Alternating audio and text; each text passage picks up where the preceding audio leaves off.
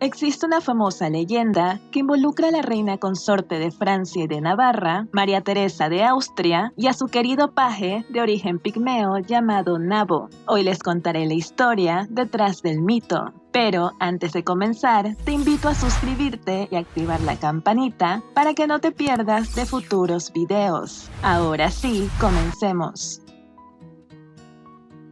María Teresa era hija del rey Felipe IV de España y de su primera esposa, la princesa Isabel de Francia. La infanta española adquirió relevancia política el 9 de junio de 1660 al contraer matrimonio con Luis XIV de Francia, su primo hermano. El matrimonio fue concretado por Felipe IV en virtud del Tratado de los Pirineos. María Teresa de Austria renunció a sus derechos hereditarios a la corona española a cambio de una fuerte suma de dinero que nunca se haría efectiva, y a lo largo de su reinado no intervino en ningún momento en la política francesa, salvo por una breve regencia en 1672, durante la campaña de su esposo contra Holanda. La reina María Teresa llevó una vida de aislamiento y de tristeza durante todo su reinado. Fue una mujer muy devota y de vez en cuando prestó servicio a enfermos y pobres de los hospitales de París. Del matrimonio entre María Teresa de Austria y Luis XIV nacieron 6 hijos, de los que solo sobrevivió uno. Debido al largo reinado de su padre, el delfín Luis no ascendió al trono. En cambio, su hijo se convertiría en Felipe V de España. Y ahora que conocemos los aspectos más básicos sobre su vida, hablemos brevemente sobre su matrimonio, ya que es debido al mal estado de su relación con Luis XIV, lo que originó el rumor más sonado en la corte francesa en su época. Cuando la infanta española vio a su futuro esposo por primera vez, se enamoró profundamente de él. Desafortunadamente, la reacción de Luis fue de indiferencia, ya que él se encontraba enamorado de una hermosa morena llamada María Mancini, sobrina del cardenal Mazarino. Sin embargo, el rey aceptó el acuerdo matrimonial. El carácter frío de María Teresa no ayudó en nada a despertar la pasión del rey, así que él se dedicó a sus amantes, mientras ella quedaba marginada en la corte. Hasta que un buen día, la reina se hizo con la compañía de un joven pigmeo que le sirvió para entretenerse y aliviar aquella profunda soledad en la que se había hundido. Se dice que el duque Beaufort, almirante de la marina, fue quien trajo de uno de sus viajes a aquel esclavo y lo presentó como obsequio para su primo el rey Luis XIV.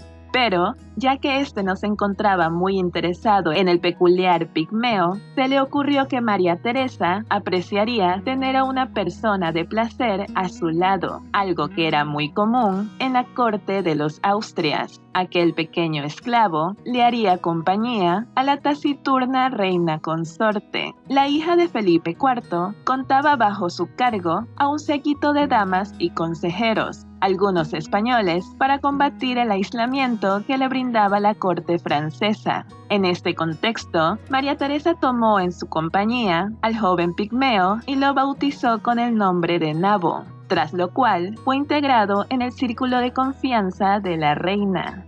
El origen exacto de Nabo es desconocido, así como la fecha de su nacimiento, pero por las pocas descripciones que existen de él, Nabo era bastante joven y medía poco más de medio metro de altura. Nabo, poco a poco, fue dando a conocer su personalidad impetuosa, inteligencia y carisma, con lo cual mantenía muy entretenido al círculo de la reina. De hecho, entre la aristocracia francesa se impuso la moda de poseer un esclavo negro, lo cual acabó influyendo en los artistas de la época que pintaban los retratos de sus clientes aristócratas con pajes de color. La reina era más feliz ahora que contaba con la compañía de su paje, y aquello pudo haberse quedado como una anécdota curiosa, pero pronto se transformó en murmuraciones cuando María Teresa quedó embarazada y dio a luz a una pequeña niña con rasgos moriscos. y, aparentemente, también contaba con diversas malformaciones.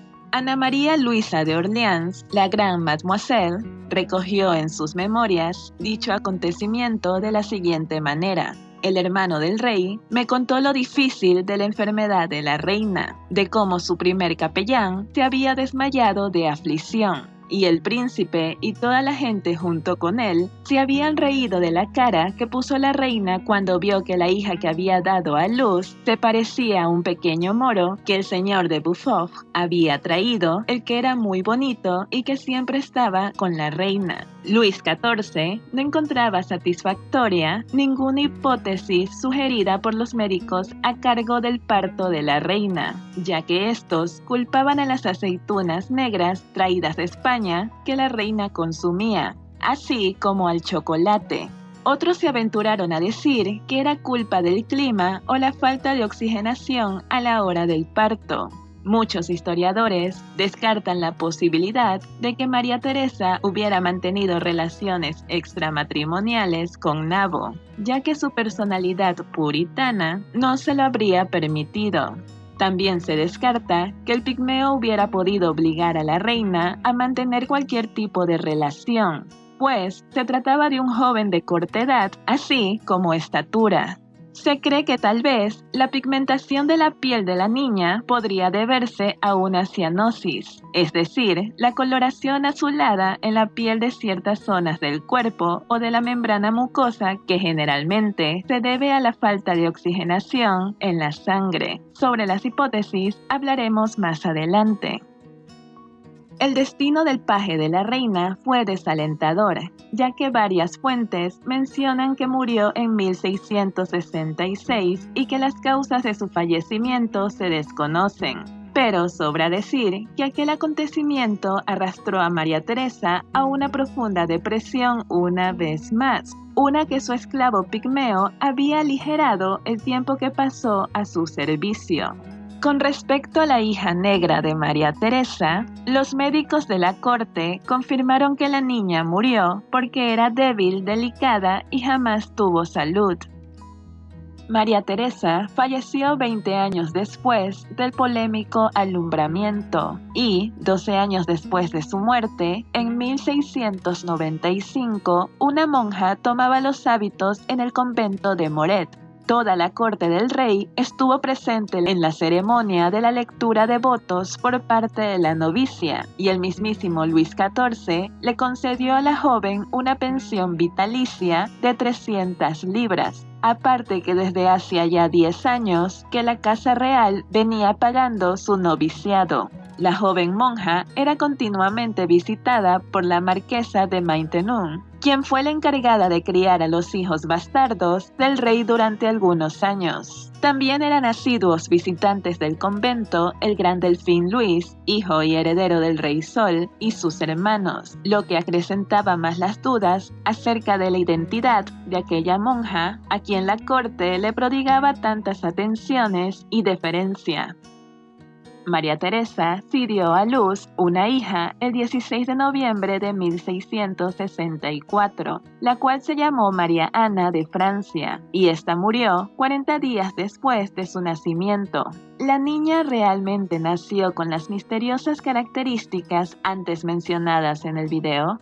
Según las memorias de la gran Mademoiselle, Messier, el hermano del rey, le contó cómo lucía la niña antes de que fuera retirada de la habitación donde nació. El párrafo que cité es el único testimonio de alguien que presenció el parto. No hay motivos para dudar de dicha cita, pero es algo para tener en cuenta. La monja negra de Moret, Luisa María Teresa, sí existió.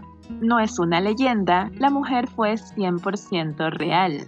Pero eso no significa que ella sea María Ana, la bebé que aparentemente murió 40 días después de su nacimiento. Aquello puede fácilmente considerarse una teoría conspirativa. El escritor e historiador Voltaire fue quien popularizó esta teoría, entre otras del estilo: como por ejemplo la famosa leyenda de que el hombre de la máscara de hierro era en realidad el medio hermano de Luis XIV. Este personaje hoy en día tiene nombre y apellido, y si la resolución del misterio no te convence, las otras opciones se alejan bastante de la teoría de que Ana de Austria tuvo un hijo con Mazarino. Otro dato confirmado es que Luisa María Teresa recibió una pensión vitalicia de 300 libras por parte del rey, además de que éste y su corte asistieron a la ceremonia donde la mujer pronunció sus votos e ingresaba al convento de Moret.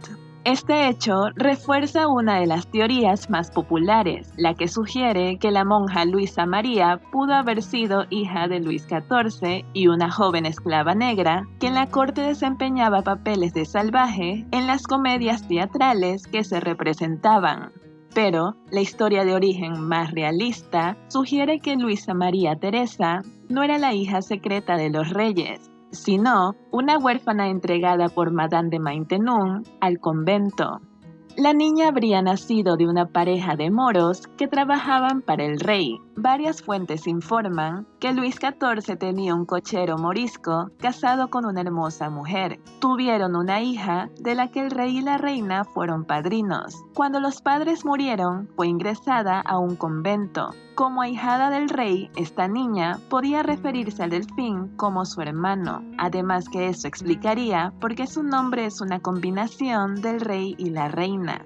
¿Qué opinan? Ya que no estuve ahí, solo puedo suponer lo más lógico. Si tomamos en cuenta que Luis XIV se ocupó de la monja Luisa María Teresa toda su vida, ella, al menos, no era la hija de la reina María Teresa, ya que, porque Luis se haría cargo del fruto de una infidelidad que no es suya. Ahora, sobre la bebé que murió 40 días después de su nacimiento, perfectamente pudo haber pasado eso, ya que la reina había perdido a una bebé en las mismas circunstancias 2 años atrás. Y sobre su color de piel, Messier pudo ser daltónico o un poco creativo al momento de contarle la historia a su prima. La cianosis es una opción, o si deseamos echarnos unas risas como Felipe, podríamos decir que la bebé era hija de Nabo.